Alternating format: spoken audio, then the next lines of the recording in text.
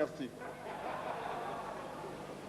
Monseigneur, donc, mon exposé sera non pas d'un homme politique qui vient faire plaisir ou qui cherche un électorat, mais mon exposé sera celui d'un homme qui a eu comme carrière une carrière de magistrat. Je vais respectueusement pour vous dire que je suis magistrat. Je vous remercie et je vais passer immédiatement au vif du sujet.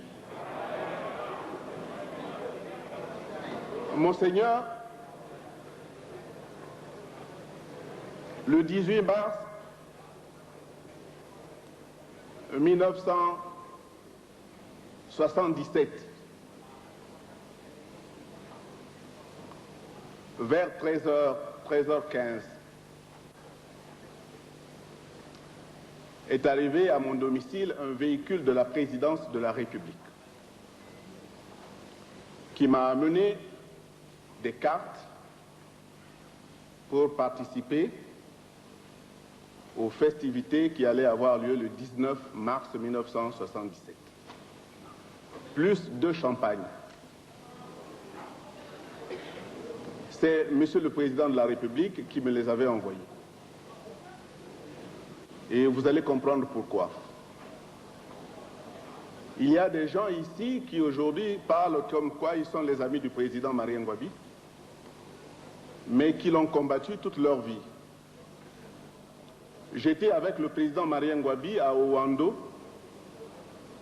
lorsque il prenait l'hélicoptère pour se rendre à Makwa. Et c'est le président Marien Ngouabi qui m'avait invité. Il dit, viens passer quelques jours à la maison, nous serons ensemble. Et j'étais donc à Ouando lorsque j'ai vu le président Marien Ngouabi prendre l'hélicoptère avec Nicolozo et les autres. Et je n'ai pas pu avoir de la place parce qu'il y avait beaucoup de monde et le président m'a demandé de laisser la place parce qu'il y avait un professeur ou un Européen qui était là. Il dit, vaut mieux qu'il visite les lieux, tu attendras la prochaine fois. C'est la raison pour laquelle la fête qui devait avoir lieu le 19 mars me concernait au premier chef. Et je n'ai pas besoin de vous rappeler ce qui s'est passé à Ouando parce que ce n'est pas ça qui vous intéresse. Mais cependant, il y a un point très important à l'occasion de l'accident qui a eu lieu à Ouando. Lorsque le président n'est pas revenu à 18h, je me suis retrouvé à Ouando avec la veuve, les enfants, et il y avait le capitaine Anga à l'époque. Nous avons appelé à Brazzaville par la radio militaire pour annoncer que le président n'est pas rentré.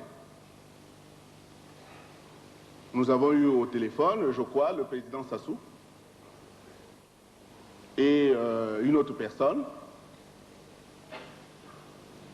Et après, la radio s'est coupée. Plus de communication avec Brazzaville.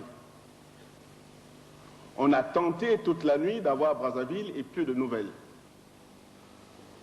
La famille s'est mise à pleurer parce que le président ne rentrant pas. Et aux premières heures de la matinée, c'est le capitaine Anga, complètement désemparé, qui prendra l'avion. Il dit, il faut que je redescende jusqu'à Brazzaville pour organiser des secours, pour qu'il y ait un complément des gens afin de chercher le président de la République. Nous avons attendu à l'aéroport d'Indanga. Anga est descendu sur Brazzaville et je dis que tous ceux qui sont là, responsables militaires, personne n'a bougé. Et pendant que le président se trouvait donc en forêt, c'est à ce moment-là que se déclenche à Brazzaville, par ses amis, la grève. Et vous comprendrez par la suite l'attitude du président lorsqu'il reviendra à Ouando. le président était tout étonné de voir qu'il y avait un silence de mort de Brazzaville. Je vous explique ça parce que la mort du président Marien Ngouabi remonte au 12 décembre 1975. C'est à cette date-là que le président Marien Ngouabi a signé son arrêt de mort. En effet, tous les membres du comité central qui sont ici dans cette salle ont tous craint pour leur poste. Et le président Marien Ngouabi avait donc décidé de convoquer un congrès extraordinaire. Ce congrès devait totalement radicaliser, balayer tous ceux qui se sont reconstitués le 5 février 1979. En effet, si vous regardez attentivement ce qui s'est passé le 5 février 1979, c'est ce que le président, dans une lettre qu'on m'a volée, a appelé un ramassis de camarades et de traîtres.